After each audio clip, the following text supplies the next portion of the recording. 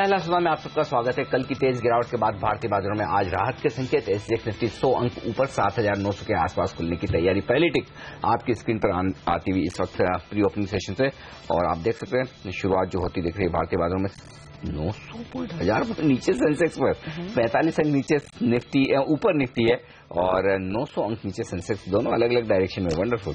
चलिए देख लेते हैं स्टॉक्स कौन से हैं जो एक्शन में दिख रहे हैं शुरुआती कारोबार में। 9% ऊपर है बैंक ऑफ बड़ौदा, 9% ऊपर पीएनबी, सन फार्मा 4% ऊपर। लेकिन मेरी नजर तो रुपए की ओपनिंग पर है। 66, 64, 66 रुपए 64 पैसे, ये कल का लेवल है। 81 पैसे के नुकसान के साथ हमने करेंसी मार्केट में कल क्लोजिंग देखी थी और 1.25% का नुकसान। लेकिन आज शुरुआत मजबूती के साथ होती दिख रही, ज्यादा नहीं लेकिन 9 पैसे की मजबूती के साथ हमने शुरुआत होती दिखी। तो करेंसी मार्केट से स्टेबिलिटी का पहला संकेत आता हुआ दिख रहा है। कम से कम शुरुआती कारोबार में गिरावट नहीं है, मामूली रिकवरी है। हालांकि कल के फॉल के सामने रिकवरी कोई खास नहीं, लेकिन फिर भी रिकवरी तो रिकवरी है और कम से कम ये राहत का संकेत है कि अब हम और गिर नहीं रहे। इसी पर बात करते हैं। हमारे साथ केता कुरकुटे कार्यक्रम में शामिल हो रही है, एवीपी मकलाई फाइनेंशियल्स की। केता जी गुड मॉर्निंग, स्वागत है आपका सीएनबीसी आवाज पर। बताएं रुपए में क्या ट्रेडिंग रेंज देख रही है आप? आज शुरुआत थोड़ी सी पॉजिटिव हुई है। यस, आज पॉजिटिव हुई है। मार्केट में काफी टॉक्स ऑन इंटरवेंशन है।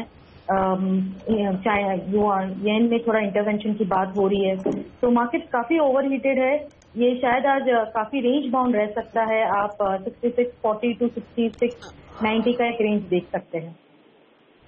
यहाँ पर क्योंकि पॉसिबिलिटी साफ दिखाई दे रही थी कि 67 एंड बियॉन्ड तक के लेवल्स भी देखने को मिलेंगे, क्या आप उसे टेम्परेरीली राइट ऑफ कर रही हैं केता? टेम्पररी यानी थोड़ा सा मार्केट कूल ऑफ होगा बिफोर अ सडन वापिस a second round. We are expecting ये जो काफी जो राउट हो रहा है equity market as well as in currency emerging markets में, it is too much over stretch. तो यहाँ एक intervention from collaborative intervention expect कर रहे हैं from all the central bankers specially in emerging market.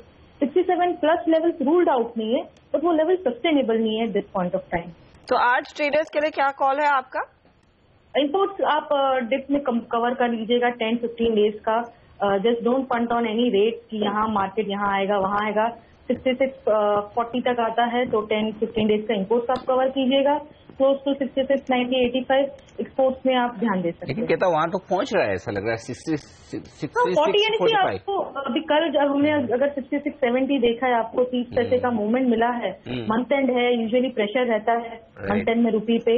So rather than फंटिंग कि ये 66 चला जाएगा या 6620, अब ग्रेजुअल लेवल्स पे इंपोर्ट कवर कर सकते हैं। चलिए, जिन्हें डॉलर खरीदना है उनके लिए 66 रुपए 40 पैसे अच्छा लेवल है आज के लिए, ऐसा कह रही कहता खरीद लीजिए। शुक्रिया आपका ये डायरेक्शन रुपए पर हमें देने के लिए। 27 अंक ऊपर सेंसेक्स, 70 अंक ऊपर निफ्टी नजर आ रहा है, तो थोड़ी बेहतर शुरुआत। सन फार्मा टॉप गेनर है इस वक्त निफ्टी पर और 4% मजबूत नजर आएगा आपको। और ये है इस वक्त का शुरुआती रुझान। कुछ स्टॉक्स जो आज एक्शन में रह सकते हैं और उन पर राय ली जाए, खासतौर से कल के पिटे हुए स्टॉक्स। अमरीश मेटल्स 15%, वेदांता 80 रुपए पर, टाटा स्टील 200 रुपए पर, 500 550 पर ट्रेड किया करता है। क्या वैल्यू है इन शेयरों में या वैल्यू दूसरे शेयरों में ज्यादा दिखती है मेटल के मुकाबले में? अब भी नहीं, वैल्यू तो है, but again this is meant for long term investors, क्योंकि long term means at least 12 to 15 months plus, because clearly जो मेटल साइकिल है अभी डाउन है and I think because of whatever is happening in China वो pressure तो रहेगा, but when the cycle turns around and the cycle could turn around in the next 9 months or 12 months, I mean at that point of time I think the sort of a move which we will see will be stupendous. So this is not meant for traders, but for जो long term investors हैं उनको लेके just रखना चाहिए अभी. But looking at the way the markets have fallen yesterday, there is a lot of I think opportunity in the other space also, because क्योंकि आप यदि देखें ऑटो में काफी गिरावट आई है, बैंक में काफी गिरावट आई है. These are the sectors which can bounce back much faster than metals. So as a trader, I think you should be looking at the other sectors. As an investor, I think one could look at metals as a contrarian bet. Okay, तो कुछ long term निवेशकों के लिए शायद एक opportunity है encounters में तेजी की पोजीशन लेने के लिए। जो रुपये की चाल है उसके सामने हम देखते हैं नॉर्मली टेक्नोलॉजी कंपनियों को फायदा होता है, फार्मा कंपनियों को फायदा होता है जो लार्जली एक्सपोर्टिंग प्लेयर्स हैं। उस लिहाज से सिमी, क्या आपको लग रहा है इन्फोसिस, टीसीएस जैसे स्टॉक्स में कुछ तेजी की पोजीशन लेना ठीक रहेगा? हालांकि इन काउंटर्स में कल भी हमने देखा है काफी ज्यादा सेल ऑफ आया है। आज इन्फोसिस कोशिश कर रहा है 0.5% ऊपर खुलने की।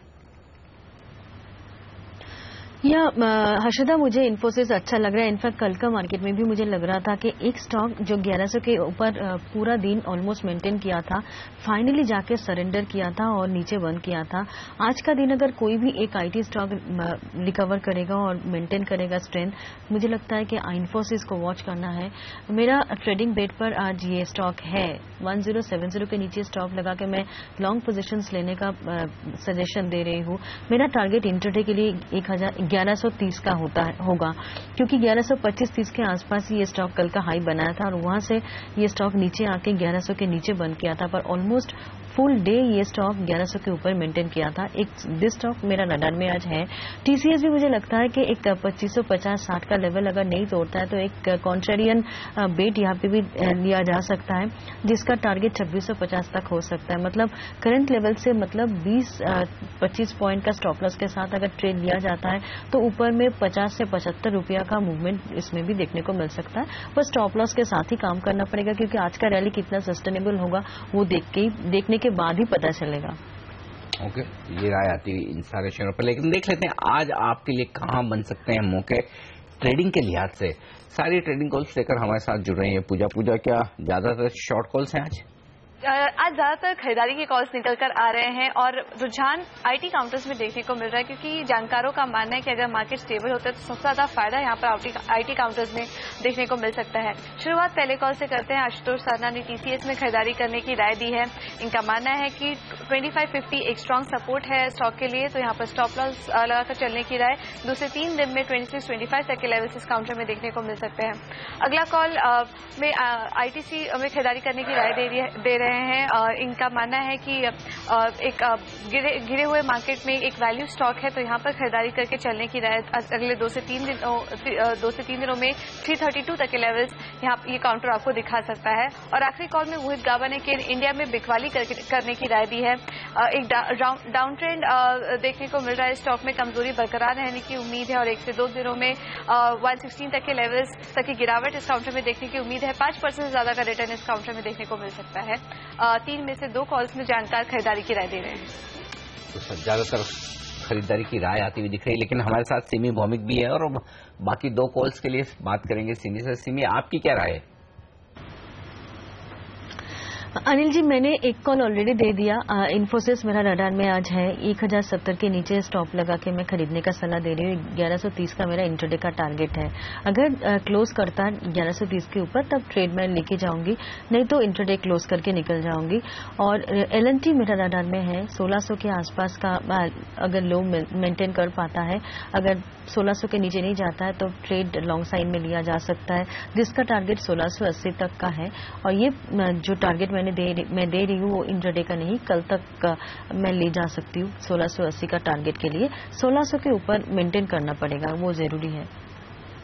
ओके, तो ये 2 ट्रेडिंग कॉल्स और दोनों में खरीदारी की राय। बड़ा इंटरेस्टिंग है। आज ज्यादातर एक्सपर्ट्स हमारे तेजी की तरफ का मूड पहले से ही बना चुके हैं, जबकि बाजार अब रिएक्शन दे रहे हैं। 175 अंक ऊपर है सेंसेक्स और निफ्टी 85 अंक ऊपर 7900 के बेहद करीब खुलने की तैयारी में।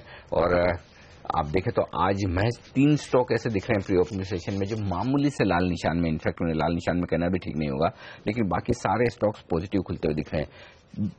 PNB, bank of Baroda, yes bank, ये शायद लीड करे मजबूती को, यानी कि बैंकिंग स्पेस से ही लीडरशिप शायद आपको आती हुई नजर आए आज के सेशन में। ये संकेत पहला आता हुआ दिख रहा है।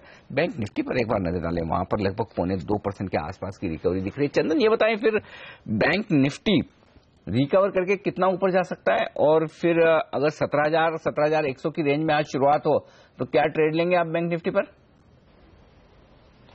जी देखिए, स्ट्रक्चर यहाँ पे थोड़ा सा वीक हो चुका है, बट यदि बाउंस बैक आता है तो मेरा मानना है 17,250 से लेकर 17,500 तक जा सकता है। देखिए, पहले ये लेवल है वो सपोर्ट का काम कर रहा था, अब सेम लेवल रेजिस्टेंस का काम कर सकता है।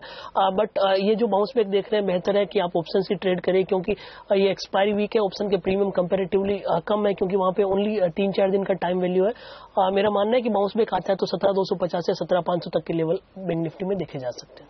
ये लेवल्स इंपॉर्टेंट रहेंगे, लेकिन पुल बैक कहां पर आ रहा है वो कुछ काउंटर्स आपके लिए हाजिर करते हैं। प्री ओपन सेशन में मिड कैप इंडेक्स 172.2 पर है, SRI Infra, Amtek Auto, Bhushan Steel, United Breweries, Wockhardt, Adani Power, Dish TV, ये कुछ काउंटर्स हैं जहां पर साइंस मिल रहा है कि शुरुआत थोड़ी मजबूती के साथ होगी।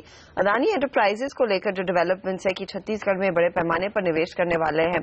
अमरीश, इन स्पैक की काफी धुलाई हुई थी ऑफ लेट, अब आपको क्या लग रहा है अदानी ग्रुप क्या एक अट्रैक्टिव प्ले है इन लेवल्स पर? I mean, clearly looking at the political affiliation, this is one group I think which should perform at least over the next 3-4 years. तो मुझे लगता है कि even at these levels one could look at buying it. तो ये राय आती है Adani group के शेयरों पर। फिलहाल बैंक्स के अलावा जो रिकवरी के संकेत दे रहे हैं वो कुछ हद तक फार्मा स्टॉक, सन फार्मा और सिप्ला। चार्ट्स पर कौन सा स्टॉक सिमी आपको लगता है ओवरसोल्ड है, जो एक रिकवरी के साथ खरीदारी का मौका दे सकता है? कहां पर आप खरीदारी करना चाहेंगी फार्मा स्पेस में? देखिए अनिल जी, फार्मा में सारे स्ट्रांग हैं और जो गिरावट देखा गया था वो कल का सेशन में देखा गया था। एक तो लुपिन पहले से ही स्ट्रांग था, कल का मार्केट में थोड़ा बहुत सरेंडर किया था, लुपिन वॉच करने लायक है। सन फार्मा एक ऐसा स्टॉक था जो कल का सेशन में शुरू में एक बार पॉजिटिव टेरिटरी में गया था, मेंटेन नहीं कर पाया, वो अलग बात है, पर आज भी लगता है कि अगर मार्केट में थोड़ा बहुत मार्केट ने सहारा दिया तो सन फार्मा में रिकवरी जबरदस्त आ सकती है। सिप्ला रिजल्ट्स के बाद से ही करेक्शन था इसमें और मुझे लगता है कि अभी ये जहां पे आके बैठ गया है ये इसका मेजर सपोर्ट एरिया है, तो सिप्ला में भी रिकवरी एक्सपेक्टेड है। औरोबिंदो फार्मा भी टेक्निकली काफी स्ट्रांग था, इसमें करेक्शन आया था, ये भी रिकवर कर सकता है।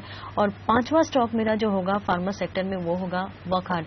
मुझे लगता है कि वॉकहार्ट भी एक ऐसा कल 450 पॉइंट का करेक्शन इसमें देखा गया था, आज थोड़ा बहुत रिलीफ रैली यहाँ पे भी देखने को मिल सकता है। सारे फार्मा स्टॉक मुझे लगता है कि बुलिश है और मेजर सपोर्ट में आके बंद किया है, सारे में रिकवरी देखने को मिल सकता है। रियल एस्टेट स्टॉक्स पर चंदन आपसे राय लेना चाहूंगा, क्योंकि कल इंडिया बुल्स रियल एस्टेट ये वायदा कारोबार के बैन से बाहर निकला है। जेएसपीएल और इंडिया सीमेंट जरूर अभी बैन में। ये बताएं कि आईबुल रियल क्या कहीं कोई लॉन्ग या शॉर्ट का मौका दे रहा है ट्रेडर्स को आज के लिए?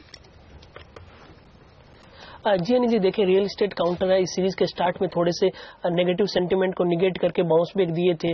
इंडिया बुल रियल एस्टेट जैसे 62 के ऊपर निकला, वहां पे थोड़ी सी रिलीफ रैली आई थी, 70 तक के लेवल देखे, बट ये मोमेंटम वापस फेजल आउट हो चुका है।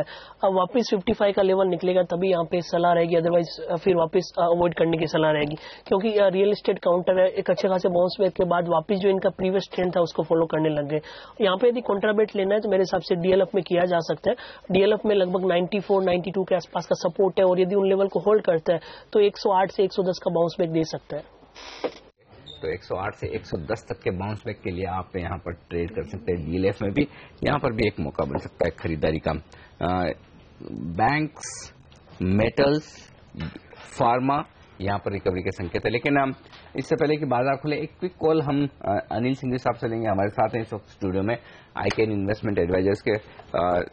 सर, क्या ये 2008 की फिर से वो पुनरावृत्ति तो नहीं है?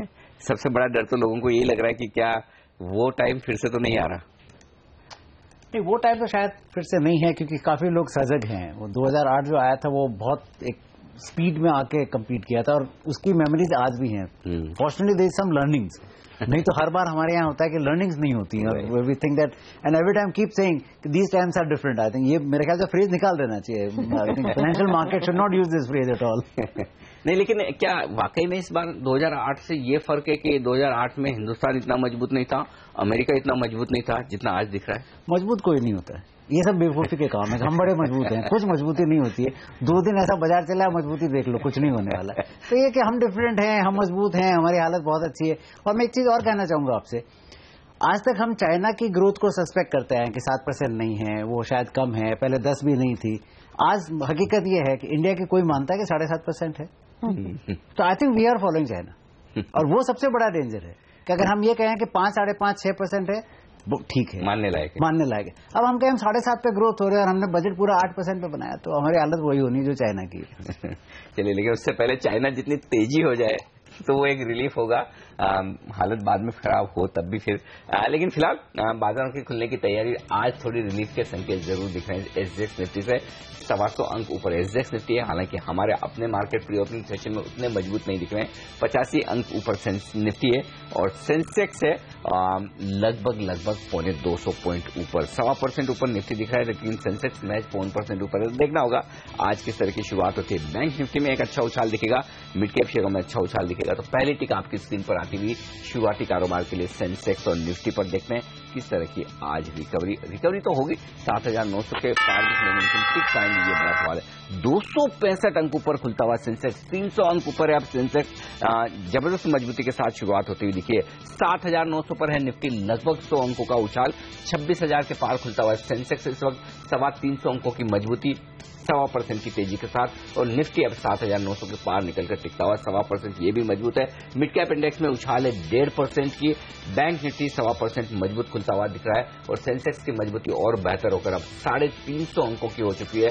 26,100 ये है लेवल इस वक्त आपके सामने सेंसेक्स का, और निफ्टी 7,925 के आसपास 1.5% तक के उछाल आते हुए दिख रहे हैं। तो बेहतरीन रिकवरी आज शुरुआती कारोबार में होती हुई दिख रही है और पहला लेवल जो 7,900 का वो पार किया है। अब अगला लेवल जिस पर आपकी नजर होनी चाहिए वो है 7,940 का, और उसके बाद 8,000। ये 3 लेवल्स आपके रडार पर होने चाहिए। तो पहली बाधा को पार किया है 7,940, दूसरा है 8,000, तीसरा होगा। फिलहाल 450 अंक ऊपर हो चुका है सेंसेक्स, तो रिकवरी लगातार होती हुई दिख रही है सेंसेक्स में और अभी भी अपटिक्स आ रहे हैं 450% की उछाल के साथ। आइए चलिए देख लेते हैं कहां से रिकवरी आती हुई दिख रही है। यस बैंक 4% की उछाल के साथ टॉप गेनर है, सन फार्मा 3% मजबूत, हिंडाल्को में 3% की तेजी।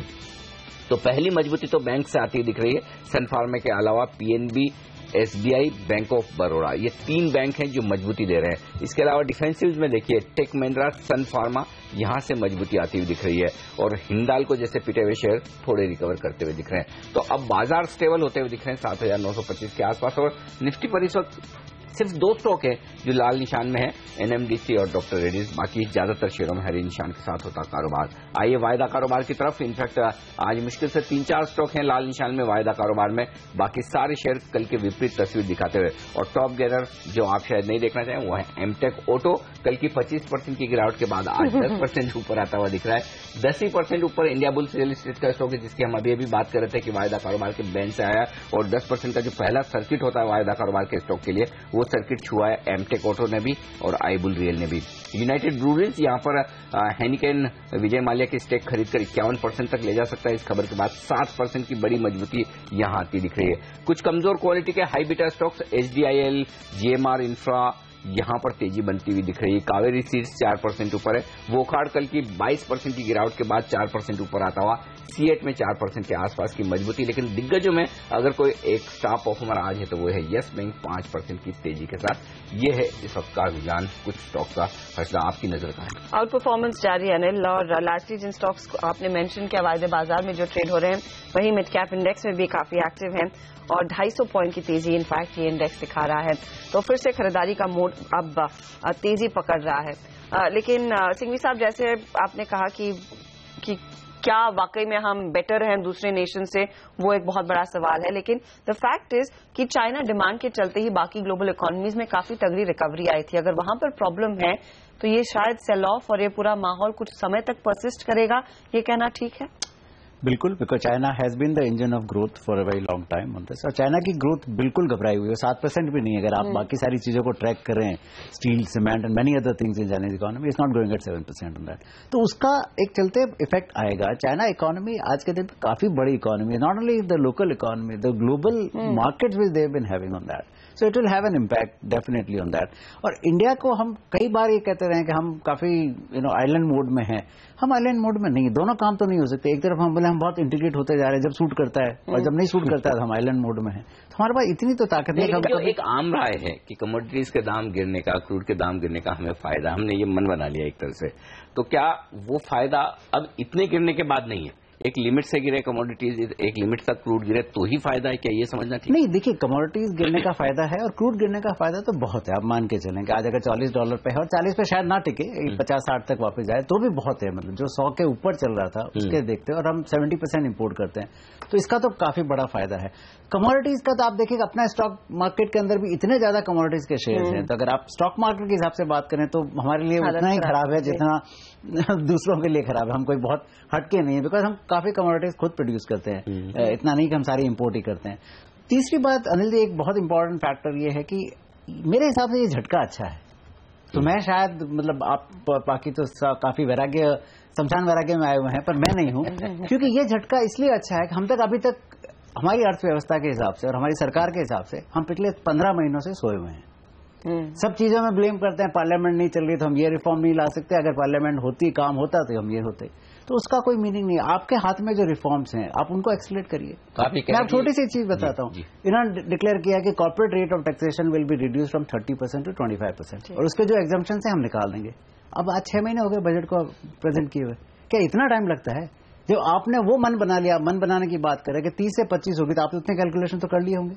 आप एक रोड मैप दे दीजिए कि 30 से 25 अगले 3 साल में होगा और मैट निकाल देंगे। आप क्यों सिर्फ फॉरेनर्स को कर रहे हैं कि उनके लिए मैट नहीं होगा, पर आप लोकल आदमी, आप हिंदुस्तान में रहते हैं, भारत का पासपोर्ट है, तो आपको ये सब परेशानियां झेलनी पड़ेगी। क्यों?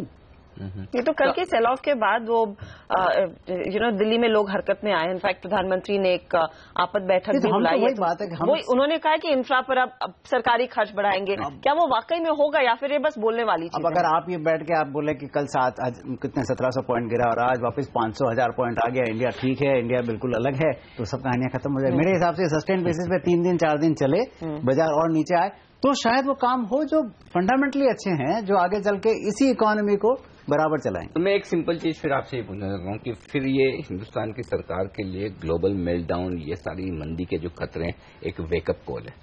बिल्कुल बिल्कुल। हम ये कह नहीं सकते कि पूरी दुनिया तो ग्रो नहीं करेगी, India will keep growing at 8, 9, 10%। I mean it's foolhardy. कोई खुद ही बिलीव ना करें, मतलब वो तो दूसरे तो बिलीव बाद में करें, खुद ही बिलीव ना करें, पहले स्टेटमेंट लगे। तो देश की हालत काफी हद तक दुनिया की हालत से जुड़ी हुई है, आप मान के चलें। सेकेंडली, आज भी आप मानसून का अगर आप हाल देखें, चाहे वो 15% भी जीडीपी का हो, तो उससे इफेक्ट रूरल डिमांड पे भी होने वाला है। उसके क्या इफेक्टिव स्टेप्स लिए हमने? हम अभी भी देख रहे हैं, आईएमडी हमको क्या बता रहा है, 9% कम है, 10% कम है, 11% कम है। बाकी जगह महाराष्ट्र के अंदर इंटीरियर में चले जाइए, ये महाराष्ट्र बिहार से भी, जो बिहार पहले होता था उससे बदतर हालत में है। तो ये तो इफेक्टिव स्टेप्स नहीं हुए ना। हम ये सिर्फ एक शेयर बाजार का एक 10 मिनट की हम चर्चा कर लेते हैं, देश तो उससे नहीं चलता। एक बार फिर से आपको मैं ग्लोबल मार्केट्स की तरफ ले जाना चाहता हूं, क्योंकि सारी दिक्कतें जो वहां से शुरू होती हुई दिख रही है, क्या ये एक शॉर्ट टर्म कुछ समय के लिए ग्लोबल मार्केट्स में जो ये दिक्कतें दिख रही है 2-5-7 दिन में सेटल हो जाएगी, खत्म हो जाएगी, या फिर इसके लॉन्ग लास्टिंग इम्पैक्ट है, लंबा असर पड़ेगा दुनिया भर पर, हमारे बाजारों पर?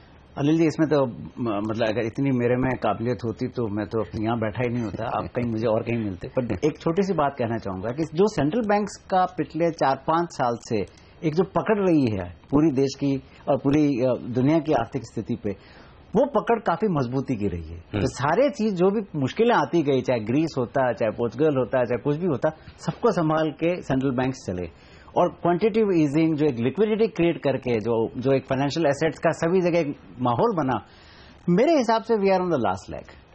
अब ये बहुत दिन तक, उसको बहुत टाइम तक आप चला के ले जाओ, मुश्किल है। मतलब पिछले 100 सालों में तो कभी ऐसा नहीं रहा है कि आप इतने टाइम तक, अगर fundamental issues are still staring at you can do it. Third thing is that oil price coming down will definitely have an impact on the Middle Eastern economies. Okay, and they have been, whether they were providing capital or they were spenders, either of the two. Okay, that is going to make much of a difference. And that wealth, whether it's really going back to the emerging markets, and are they utilizing that wealth? The issue is this: they should not flounder that wealth, because ultimately it's a transformation of the wealth from Middle Eastern to the emerging market because of the oil prices. Are they utilizing it for the economic growth? और जब तक growth नहीं है real values में, I think this challenges will remain. तो India should have a very robust and growth which people believe in. We are becoming a laughing stock by saying that we are growing at 7.5-8%। तो ये जो basic चिंता है कि growth नहीं है, चाहे वो भारत हो या फिर ग्लोबल इकोनॉमी में वो धीमी पड़ती दिखाई दे रही है, उसमें जो हम एक बहुत ही अग्रेसिव और बहुत ही प्रीमियम स्टांस लेके चल रहे थे that we are in a long term bull market, अब वो क्या बयान बदलेंगे? क्या अब आपको लग रहा है उसका असर डेफिनेटली रहेगा और शायद लॉन्गर टाइम तक परसिस्ट करेगा मार्केट्स पर? आपके खुद के स्टूडियो में देख लीजिए, कुछ महीनों पहले 9,000 निफ्टी और 30,000 सेंसेक्स और अगले साल की सब प्रोडिक्शन, तो काफी पंडित तो रहते हैं हर जगह। अब एक झटका लगता है, सारे पंडित बराबर उस पर आगे कि नहीं, रुपया सबको मजबूत लग रहा था, फिर अब रुपया सबको वीक लगता है, सब 68, 69, चाहे 70 छू ले, वो सारी कहानियां वापस चालू। परिस्थिति जो कल की हुई है वो मेरे हिसाब से बहुत सस्टेनेबल नहीं है, वो शायद वापस रिकवर होगी, बिकॉज एक झटका लगा, एक काम हुआ। बट आपका जो एक मूल प्रश्न है कि क्या हम 2008 जैसी स्थिति में वापस जा रहे हैं या ग्लोबल स्लोइंग डाउन हो रहा है, अभी तक उतने आसार उसके नजर नहीं आए। China slowing down is not a today's event, China slowing down has been an event which is not capturing the mood of the markets. एक जो बुखार बहुत दिनों से है, पर अब एक समझ में आ रहा है कि तो बुखार ठीक नहीं हो रहा है, so that may have an impact on emerging market. आप करेंसीज का देखिए, पिछले 6-8 महीनों में जो करेंसीज की हालत हुई है, India has been really to that extent sheltered because of the oil price. आज अगर ऑयल का दाम यही 100 होता तो हम कहाँ, करेंसी फिर से 69-70 की तरफ बढ़ रही है, शायद उतना ना हो पाए मुझे लगता है, क्योंकि आरबीआई का इतना बड़ा इंटरवेंशन अभी भी नहीं हुआ है। वोलेटिलिटी कल की जो थी बहुत ज्यादा नहीं थी, 1-1.5%, not a too volatile situation on that, तो उतना नहीं होगा because I think we are sitting on relatively good forex reserves on that. एक पॉइंट आप, ऑयल 40-45 रहना चाहिए तो हमारी बहुत मुश्किल नहीं है, और ऑयल अगर वापस कोई कारण से ऊपर आ जाए 60-70 पे हो गया तो हम बड़ी मुश्किल में। एक चीज आप बार बार कह रहे हैं, ग्रोथ को लेकर आप चिंता बता रहे हैं, क्या फिर ऐसे में इस ग्लोबल माहौल के बीच में आरबीआई गवर्नर के पास उतनी ताकत है कि 29 सितंबर को एक रेट कट दे ग्रोथ को बढ़ाने के लिए, और रेट कट भी 1/4% न दे, 0.5% दे, दबा कर दे, ये स्ट्रांग मैसेज दे कि हम ग्रोथ के साथ हैं? अनिल जी, दोनों को देनी पड़ेगी, आरबीआई को और गवर्नमेंट को। और मैं एक मुद्दा और उठाना चाहता हूं, हम बहुत फिस्कल को पकड़ के रो रहे हैं, sorry for saying this, okay, और काफी आपके यहाँ जो स्टूडियो में आते हैं कि फिस्कल इंपॉर्टेंट है, मेरे हिसाब से 1-2 साल फिस्कल को आप छूट दो, थोड़ी स्पेंडिंग करो, बट कैपिटल फॉर्मेशन की स्पेंडिंग करो, कोई फर्क नहीं पड़ेगा आपको। आप फिस्कल को 5% भी ले जाओ, this is the time when you to kick start the economy, this not a time just to say that मैं फिस्कली बहुत टाइट हूं और मैं कुछ खर्चा ही नहीं करूंगा उसके हिसाब से, क्योंकि unless government does it, unless the conviction comes from the government, private sector is not going to be mover for investment. Absolutely. And we will not have any economic growth which is going to be robust unless we have a capital formation first by the government and then by the private sector. यहाँ पर मैं एक और चीज आपसे समझना चाह रही हूँ, एफआईआईज का जो हमने कल सेल ऑफ देखा है, उनका स्टांस क्या रहेगा? क्योंकि वो वाकई में अगर बाहर पैसा गवा रहे हैं, जहां पर पैसा बना है वहां से निकालेंगे, डोमेस्टिक इंस्टीट्यूशंस की ओर से बड़ी खरीदारी हुई है, रिडेम्पशन प्रेशर नहीं आया है, तो क्या अब रिटेल निवेशक को थोड़ा सा सावधान रहना चाहिए? मेरे हिसाब से तो ये जो नॉर्मली जुलाई महीने में सेल हुआ करती है रिटेल वगैरह की 1 for 1 free, तो ये अगस्त में सेल है 1 for 1 free, अगर वो बेच के जा रहा है, उसको जो नहीं समझ में आया तो मौका है खरीद लेने का। 820-30 रुपए में अगर आप रिलायंस की बात करें तो क्या, हमें 1000 रुपए में उनको अच्छा लगता था, 820 में बुरा लग रहा है, तो ठीक है ना, तो 1 for 1 सेल है ये, तो थोड़ा सा तो मेरे ख्याल से people should take advantage of that. और रिटेल इस बार मेरे हिसाब से काफी सजग रहा है, ये बहुत ही एक अच्छी बात हुई। पिछले अगर आप 2 साल में देखें तो सबसे सजग रहा है वो रिटेल रहा है, तो मुझे उतना एफआईआईज के ऊपर कोई बहुत परम विश्वास नहीं है कि बहुत इंटेलिजेंट है, मेरा रिटेल निवेशक जो है वो सबसे इंटेलिजेंट निकला ये मान के चलिए। लेकिन सिंह साहब, एक इंटरेस्टिंग बात कल हुई, 9,500 करोड़ का आईपीओ था, ऑफर फॉर सेल था आईओसी का, 9,500 करोड़ सरकार ने कल निकाले मार्केट से जी, 4,100 करोड़ डोमेस्टिक फंड ने खरीदारी की जी, और एफआईआईज की बिकवाली थी 5,275 करोड़ की, यानी कि एफआईआईज ने सेकेंडरी मार्केट में 1,000 करोड़ ज्यादा बेचा है जी, 1,000 करोड़ में हम 1,600 पॉइंट सरक गए जी। अगर ये 9,500 करोड़ कल आईओसी में नहीं जाते, इसका कुछ पोर्शन भी अगर मार्केट में आता, तो कल क्या एक इतनी तेज गिरावट की एक बड़ी वजह यह थी कि एब्सेंस ऑफ बाइंग, क्योंकि सिर्फ 1,000 करोड़ में हम 1,600 पॉइंट निकाल दें, it was like a falling, ये गलत डिसीजन हो गया कल आईओसी खोलना। नहीं, मुझे तो नहीं समझ आया कि इन्होंने सैटरडे को डिसीजन लिया, फ्राइडे नाइट सारे हालात यही थे कि मंडे सुबह ब्लड बाथ होगा, तो अगर इतना इन्वेस्टमेंट सेक्रेटरी साहब जो इतनी समझदार हैं, उनको इतना नहीं था कि सैटरडे को हम जब प्राइस फिक्स कर रहे हैं कि मंडे सुबह विल बी हेरागिरी, और मैं 10,000 करोड़ इस बाजार से निकालूं या 10,000 करोड़ चाहिए, तो डबल वैमी हो गई हमारे बाजार की। एब्सोल्युटली। तो उसका क्या करेंगे? अगर उतना अरोगेंस रहेगा कि हम ज्यादा समझते हैं, बाजार के सारे पंडित नहीं समझते हैं, तो वो तो मुश्किल होने वाली है। और ये सैटरडे को डिसीजन लेने का, जबकि Friday night every ticker was showing the Monday is not going to be a good day, right? तो आप एक दिन वेट कर लेते तो कौन सा फर्क पड़ जाता? और ये तो कब 6 महीने से चल रहा है कि आपको डाइवेस्टमेंट करना है। तो ये कौन सा था कि 24 अगस्त को ना करे तो और वैसे भी दुनिया सुनी हो जाएगी। कितनी बार जो प्राइवेट कंपनी, दूसरी कंपनी, जो कॉर्पोरेट्स आते हैं, मार्केट खराब होता है, इश्यू नहीं बढ़ता तो एक्सटेंड करते हैं, विड्रॉ करते हैं। सरकार भी कर ले तो क्या हर्ज है? नहीं, तो अगर सरकार में उतना काम नहीं है तो मेरे हिसाब से ये आउटसोर्स करनी चाहिए जॉब। ठीक है, आप किसी को बुला के बोल दें कि भाई ये 60,000 करोड़ मुझे करना है, तो अंडरराइट करके ले जा और ये काम करे। क्यों ये हम उन लोगों को दें? अगर आप देखें तो कल का जो डिसीजन था मेरे हिसाब से बिल्कुल बेहूदगी का डिसीजन था। फाइनली आखिरी सवाल, मार्केट में रिटेल इन्वेस्टर्स के लिए एक बेहतरीन मौका है पैसा लगाने का। बिल्कुल, but one has to go for quality. Amtek Auto जैसी चीजों पे ना घुसे वापस के भी हम तो इसमें तो बहुत नीचे आ गया, ये 1/4 हो गया तो अब इसमें पैसा मिलेगा, वो नहीं है। लिक्विड शेयर होने चाहिए, बिकॉज ये बाजार इस तरह का है कि शायद आगे भी इस तरह के थोड़े बहुत, it's a big air pocket which you hit, right? तो ये तो नहीं कि उसके बाद प्लेन बराबर चलेगा, शायद और एयर पॉकेट छोटे बड़े आ सकते हैं। तो liquid shares, good shares, fundamentally good corporate governance होनी चाहिए उसके हिसाब से। I think people will make money out of this market. बहुत बहुत शुक्रिया सिंह साहब आपका हमारे लिए वक्त निकालने के लिए। आज खास दिन हमारे साथ सुबह सुबह जुड़कर कॉन्फिडेंस बढ़ाने के लिए कि हिंदुस्तान के बाजार रिकवर होंगे, रिटेल इन्वेस्टर्स को पैसा लगाने का वक्त है इस गिरावट में। 300 अंक ऊपर है सेंसेक्स और 90 अंक ऊपर निफ्टी 7,900 के लेवल पर टिके रहने में कामयाब होता हुआ इस वक्त दिख रहा है। यूनाइटेड ब्रूज एक स्टॉक है, अमरीश आपसे राय लेना चाहता हूं उस पर। हेनिकेन स्टेक बढ़ाकर 51% ले जाने की तैयारी में, खरीदने का मौका है 875 रुपए के आसपास। ले तो सकते हैं, because we have seen the sort of a movement जो हम लोग ने यूनाइटेड स्टेट्स में देखा है। कल के सेल ऑफ के बाद में ये काफी सुन रहा था कल शाम को कि लीकर स्टॉक्स खरीदने का वक्त आ गया है। जिस तरह की गम में सारे डूबे हुए हैं सारे के सारे ट्रेडर इन्वेस्टर की लीकर स्टॉक कल आज चलने चाहिए for whatever reason. Liquor 7% ऊपर है। लिकर एंड हॉस्पिटल्स तो इन्वेस्टमेंट थीम्स दिख रही है यहाँ पर नई नई। फिलहाल वक्त है हमारे एक्सपर्ट से विदा लेने का। सिमी, चंदन और अमरीश बहुत बहुत शुक्रिया आपका हमारे लिए आज वक्त निकालने के लिए, हमारे साथ जुड़ने के लिए। 1% की मजबूती के साथ ट्रेड कर रहे हैं बाजार और एक अच्छी रिकवरी दिखी है। बैंक निफ्टी 1.5% ऊपर, लेकिन मिड कैप शेयरों को देखिए 2% का बड़ा उछाल यहाँ पर बनता हुआ दिख रहा है छोटे शेयरों के साथ। ब्रेक के बाद हमारे साथ बाजार के एक और एक्सपर्ट जुड़ेंगे, संदीप सबरवाल। बने रहिए हमारे साथ।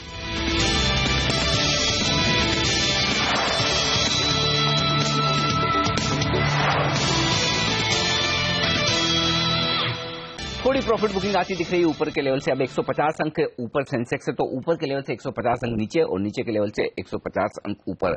निफ्टी 100 पॉइंट ऊपर होने के बाद अब 50 पॉइंट ऊपर है, तो 7,900 के ऊपर टिके रहने में थोड़ी आई मुश्किल। पहला लेवल 7,900 का पार किया था, लेकिन दूसरा लेवल जो हम सुबह से बात कर रहे थे कि 7,940 का होगा, देखना होगा उससे निफ्टी पार कर पाता है या नहीं, तो वो पार नहीं हुआ है। 7,925 का हाई बनाने के बाद अब 75 अंक नीचे निफ्टी ऊपर के लेवल से आपको नजर आएगा। तो थोड़ी प्रॉफिट बुकिंग आती दिख रही, 2% ऊपर जो आपको बैंक निफ्टी और mid cap small cap index दिख रहे थे, यहां पर भी दमदार प्रॉफिट बुकिंग आती हुई दिखी। तो वोलेटिलिटी जिसकी हम बात कर रहे थे अब बढ़ती हुई नजर आ रही इस बाजार में, बेहद इंटरेस्टिंग होते दिख रहे बाजार। फिर भी 900 शेयर मजबूत है और 400 शेयरों में नुकसान के साथ कारोबार होता दिख रहा है आज सुबह के पहले 20 मिनट में। बाजार के इस उतार चढ़ाव, कमजोरी, ग्लोबल मार्केट्स के मेल्टडाउन, इन सब के बीच में क्या है आगे का डायरेक्शन और क्या है मौके आपके लिए, इन सब पर बातचीत करते हैं। बाजार के 2 जाने माने एक्सपर्ट्स हमारे साथ जुड़ रहे हैं, AskSandeepSabarwal.com के संदीप सबरवाल और साथ ही बाजार के जाने माने एक्सपर्ट आनंद टंडन भी। आप दोनों का ही स्वागत है सीएनबी से आवाज पर। संदीप, क्या कहेंगे, जिस तरह की तेज गिरावट कल हुई है, अब तक के इतिहास की सबसे बड़ी, आज थोड़ी रिकवरी के संकेत है, रिकवरी पर भरोसा किया जाए या फिर उछाल में फिर से कमजोरी होगी, क्या सेंस मिल रहा है आपको?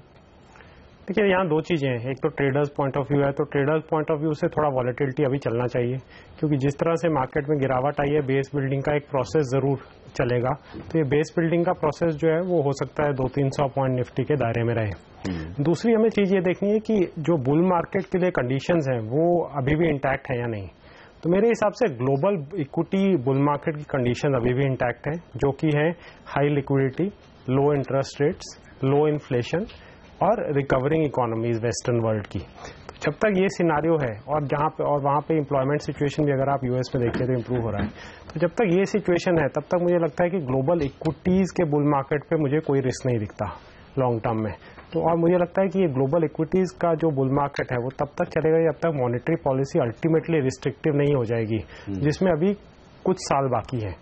तो ये इस टाइप के करेक्शन होते रहेंगे। बहुत समय बाद इस टाइप का करेक्शन आया है, तो इसलिए लोगों को थोड़े अलग सी चीज लग रही है कि ये कैसे हो गया, लेकिन ऐसे बुल मार्केट में करेक्शन आते रहते हैं और ये कोई इंडिया स्पेसिफिक इवेंट नहीं है। तो मैं कहूँगा ग्लोबली अगर हम इवेंट्स देखें तो मैं नेगेटिव नहीं रहूँगा ज़्यादा, और अगर हम डोमेस्टिकली भी देखें तो डोमेस्टिक स्टोरी भी अच्छी दिखती है।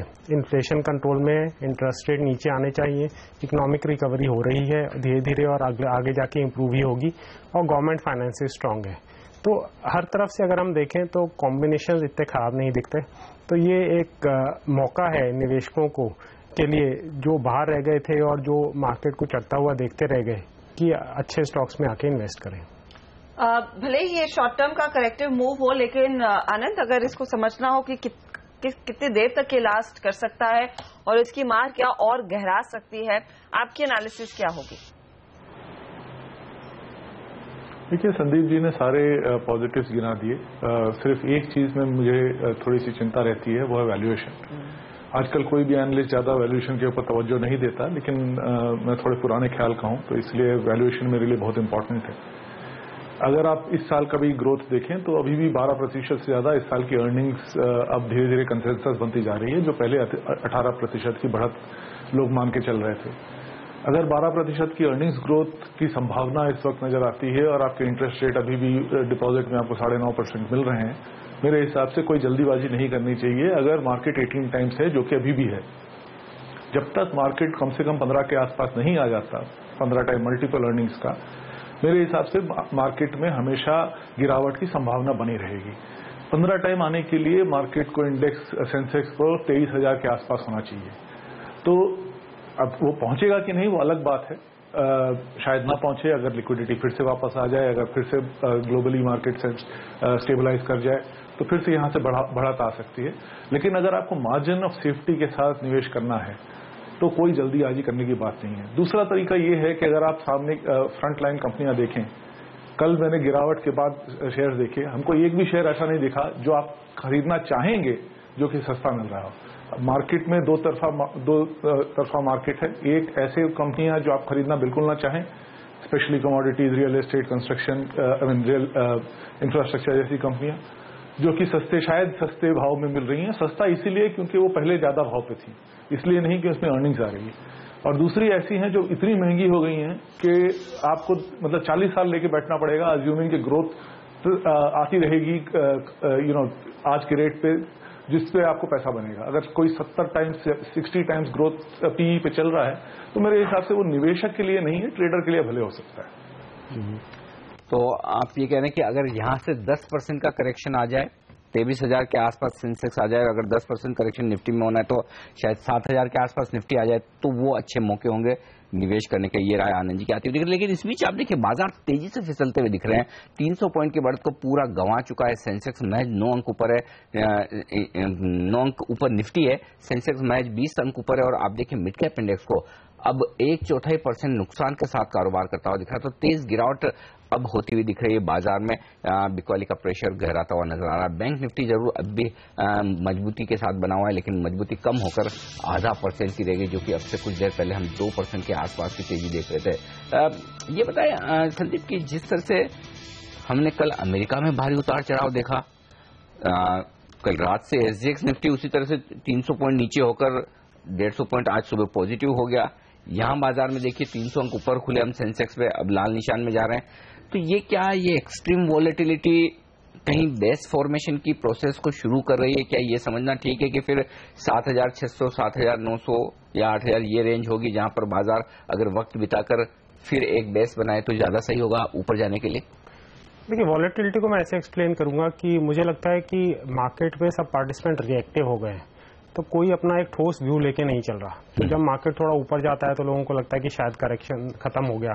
जब वापस मार्केट गिरना शुरू होता है तो लोग थोड़े साइड पे हट जाते हैं जो खरीदना भी चाहते हैं। तो वोलेटिलिटी का मैं कहूँगा ये एक्सप्लेनेशन है। दूसरा, अगर हम कल यूएस मार्केट्स को देखें तो जो उनका वॉलेटिलिटी इंडेक्स है कल 53 तक गया, सीबीओई विक्स इंडेक्स, ये लेवल लास्ट 2008-9 के पैनिक में देखा गया था। और मुझे नहीं लगता कि आज ऐसा सिनारियो है कि उस टाइप का पैनिक है या ग्लोबल इकोनॉमी में या ग्लोबल मार्केट्स में। तो मुझे लगता है कि यूएस मार्केट्स जो है उन्होंने एक अच्छा बॉटम बनाया है कल, एक अब बॉटमिंग का फेज वहां चलेगा और उसके बाद रिकवरी आनी चाहिए। तो इस लिहाज से अगर हम देखें तो इसका असर इमर्जिंग मार्केट्स में अगर हम देखें तो इमर्जिंग मार्केट्स में भी यही प्रोसेस चलना चाहिए। तो जैसे आपने कहा, मुझे लगता है एक बॉटमिंग आउट का प्रोसेस चलेगा। ये जो आपने रेंज दी इससे भी मैं सहमत हूँ कि 7,600 से 7,900 में हो सकता है कि बॉटमिंग फॉर्मेशन हो जाए, और इसके नीचे मार्केट जाना मुझे लगता है बहुत मुश्किल है। और यहाँ पे अगर बॉटमिंग फॉर्मेशन होती है और स्टॉक्स अच्छे भाव पे मिलते हैं, क्योंकि अगर आप देखें सिर्फ इंडेक्स को देखेंगे तो शायद इतना आइडिया नहीं लगेगा, क्योंकि आईटी फार्मा जैसे स्टॉक्स गिरे ही नहीं ज्यादा, तो उन लोगों ने काफी इंडेक्स को भी होल्ड किया हुआ है। तो अगर हम बाकी स्टॉक्स को देखें, जो कुछ कंपनीज हैं जिनमें अच्छी रिकवरी है, अच्छी ग्रोथ है, वो वैसी कंपनीज कुछ 25 से 35% भी गिरी हैं, तो लोगों को उन कंपनीज पे भी ध्यान देना चाहिए। आनंद, भले ही आप कह रहे हैं कि वैल्यूएशन थोड़े से महंगे हैं, उस लिहाज से कंफर्ट नहीं है, लेकिन अगर यहाँ से एक बाजार ने रिकवरी दिखानी है, वो लीडरशिप कहाँ पर आने की पॉसिबिलिटी है? देखिए, अभी भी लोग उसी जैसा निवेश कर रहे हैं जहां पे अर्निंग्स की कुछ हद तक विजिबिलिटी है। तो अगर आप आज भी अगर आप खरीदेंगे तो मेरे हिसाब से वही खरीदेंगे। अगर फ्रंटलाइन इंडेक्स पे खरीदना है तो मारुति और HDFC बैंक, और शायद अगर किसी को, क्योंकि यस बैंक और एक्सिस बैंक काफी गिर चुके हैं, तो शायद फिर से वापस उसी में निवेश करेंगे उसमें। लेकिन आपको ये ध्यान रखना चाहिए कि प्राइवेट सेक्टर बैंक 3 से 4 टाइम बुक वैल्यू पे चल रहे हैं और यहां से कंपटीशन बढ़ रहा है। हो सकता है कि मार्जिन जो है थोड़े से अंडर प्रेशर आना शुरू हो जाए। मारुति ऑलरेडी बहुत हाई वैल्यूएशन पे चल रहा है। अगर उनका आप ग्रोथ की संभावना, आप नेक्स्ट FY17 के अर्निंग्स को लेके भी वो 30 टाइम से ज्यादा पे ट्रेड कर रहा है, लेकिन क्योंकि वहां पर अर्निंग्स विजिबल है, अशोक लेलैंड है, उस तरह के शेयर्स जो है कंज्यूमर डिस्क्रिशनरी जिनको कहा जाता है, उसमें अभी भी शायद निवेश करने की कुछ संभावना नजर आती है, सिर्फ इसलिए क्योंकि साल के एंड तक शायद पे कमीशन के रिजल्ट आ जाए, और इसलिए ग्रोथ जो आप एस्टिमेट कर रहे हैं वो यहां से गिरनी नहीं चाहिए। ओके, लेकिन इस बीच नजर आ रहे हैं एशियाई बाजारों पर भी जहां पर थोड़ी बहुत प्रॉफिट बुकिंग आती हुई दिखी है। 5% ऊपर ताइवान के बाजार थे, अब 3% ऊपर है।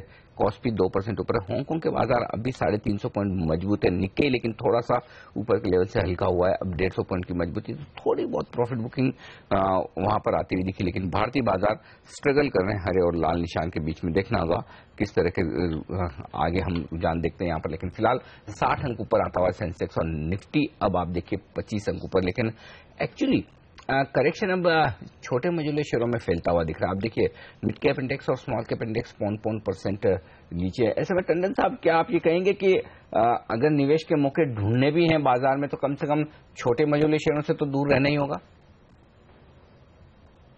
Not really. देखिए, मैं मार्केट कैप के ऊपर कम तवज्जो देता हूं और अर्निंग्स के ऊपर ज्यादा।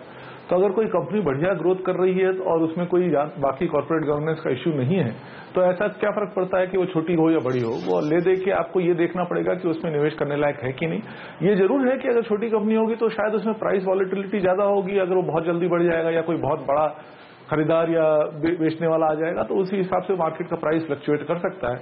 लेकिन अर्निंग्स अगर दिख रही है साफ और वो अच्छी अर्निंग्स आ रही है तो उसमें मुझे कोई ज्यादा चिंता नजर नहीं आती। लेकिन ये ऑब्वियसली थोड़ा सा प्रोफेशनल इन्वेस्टर के लिए है। कोई रिटेल इन्वेस्टर जो अपना खुद रिसर्च नहीं करता, वो क्योंकि किसी ने टिप दिया है वो इसलिए सुन के निवेश करेगा तो उसको डर लग जाएगा।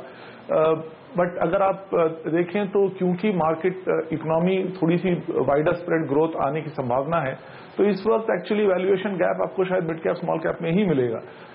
दूसरी चीज आपको ये याद रखनी चाहिए कि अगर फ्रंट लाइन कंपनियां जो हैं गिरेंगी तो ऑब्वियसली फर्स्ट रिकवरी उसी में आएगी जब भी रिकवरी आती है। तो हो सकता है कि आपको मिड कैप में थोड़ा सा ज्यादा सब्र रखना पड़ेगा। ओके, थोड़ा सा पेशेंस रखना पड़ेगा।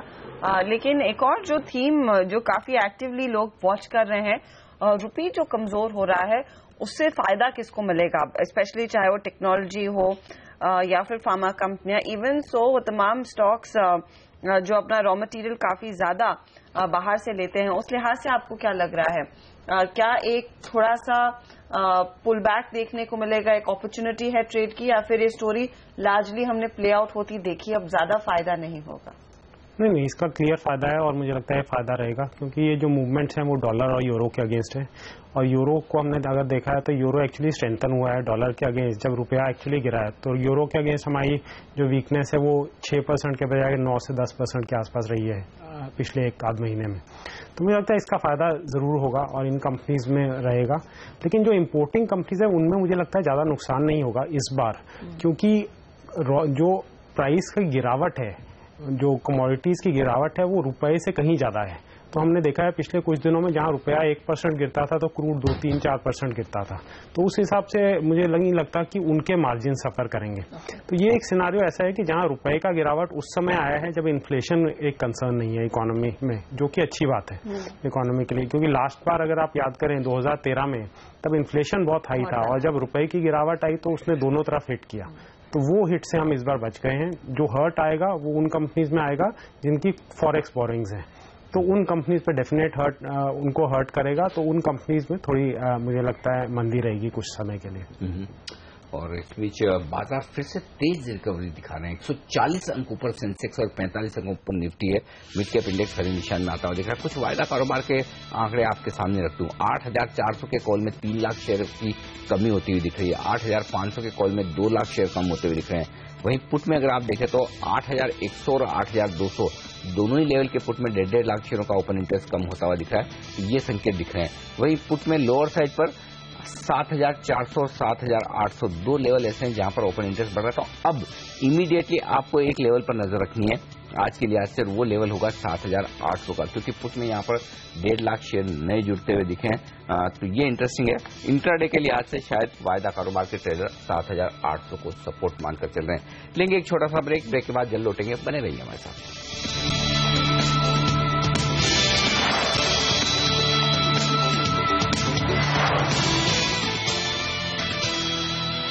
मार्केट में काफी ज्यादा वॉलेटिलिटी देखने को मिल रही है। एक समय ऐसा था जहां पर हमने देखा 150 पॉइंट की बढ़त देखने को मिली, फिर बाजार फिसले, नेगेटिव टेरिटरी में आए और वहां से एक यू टर्न भी लेते हुए ये दिखाई दिए। 85 पॉइंट का इजाफा सेंसेक्स पर, निफ्टी 23 अंकों पर, मिड कैप इंडेक्स जो करीब 86 अंक नीचे था वहां पर भी निचले लेवल्स पर रिकवरी आई है और महज 17 अंकों की ही गिरावट अब देखने को मिली है। लेकिन बैंक निफ्टी है जो आउट परफॉर्म कर रहा है। यहां पर आप देखिए करीब 144-145 पॉइंट की बढ़त देखने को मिल रही है।